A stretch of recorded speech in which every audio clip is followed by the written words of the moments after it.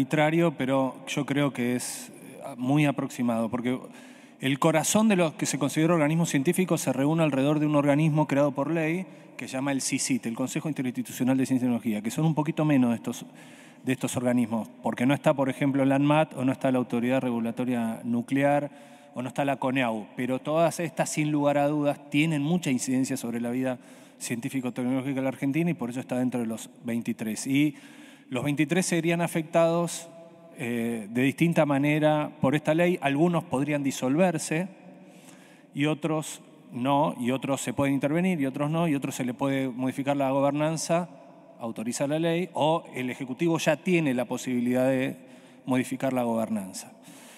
Entonces, por eso mi sugerencia, mi visión es que los organismos científicos son tan determinantes para el futuro del país y sobre todo para el futuro del bienestar del país y el sendero que tiene que transitar la Argentina en cuanto al desarrollo y a la generación de conocimiento para ese desarrollo, que tiene que ser preservado de incerteza respecto a cómo se haría un cambio de gobernanza. Y que me parece que es una atribución que el Congreso de la Nación no tiene que ceder, porque el mejor ámbito para discutir este tipo de cosas es el Congreso argentino, y que se pueden dar mecanismos muy virtuosos para reflexionar sobre el futuro de estos organismos, que hay que cambiar y tienen que cambiar mucho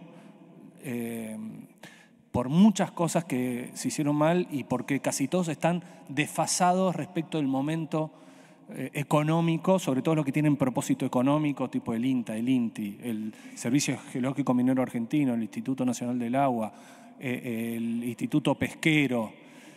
Bueno, y hay que reflexionarlo. Pero miren ustedes, lo importante de estas áreas, ¿vamos a prescindir del Instituto Nacional de Pesca? La Argentina no puede correr ese riesgo. Ahí tenemos mucho por defender y mucho por progresar, y eso tiene excelentes científicos. O el Servicio Geológico Minero Argentino. Es una super institución envidiada por otros países que tienen menos densidad institucional en materia de ciencia y tecnología, y la Argentina es una referencia en el continente y en el mundo en su capacidad institucional. Entonces, por eso me parece muy importante. Agustín, le hace una observación o una interrupción, sí. Martín Lustó.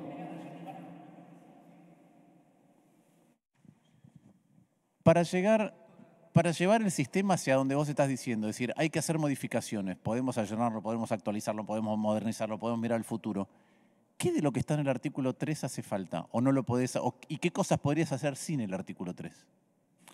No, con el artículo 3, en algunas cuestiones el Ejecutivo, sea quien sea el partido, o sea, el Ejecutivo en abstracto, podría hacer modificaciones en la gobernanza, en los objetivos institucionales, inclusive en los objetivos de la institución o en la propia institución. Lo pueden cambiar, porque su creación no depende de una ley, y en algunos casos está en una cosa media rara, porque fue creado por un decreto ley, supongamos, ¿no? Que hay instituciones que fueron creadas por decreto ley. Bueno, en esos casos está bien, el Congreso podría dar recomendaciones de cómo se tienen que enmarcar esas discusiones. Y en otras cosas sí, en el futuro del INTI, por ejemplo. El INTI es una institución que lamentablemente ha sido muy atrofiada. Hay que cambiarlo mucho, pero no lo podemos perder. Desde las recomendaciones de los principios de la CEPAL está la creación del INTI. Y tenemos capacidades espectaculares, y todo lo contrario, la industria argentina necesita más innovación y necesita, diría yo, más INTI. Y esto le afectaría mucho a las provincias, porque el INTA, el INTI, el CONICET, ni hablar las universidades nacionales, tiene una capilaridad espectacular en las provincias argentinas. El sistema es un sistema muy federal y debería ser más federal todavía. Entonces, ahí hay que ir organismo por organismo. En los grandes trazos, necesitamos que todos los organismos tengan mucha más relación con el sistema productivo, mucha más capacidad en la incidencia en innovación.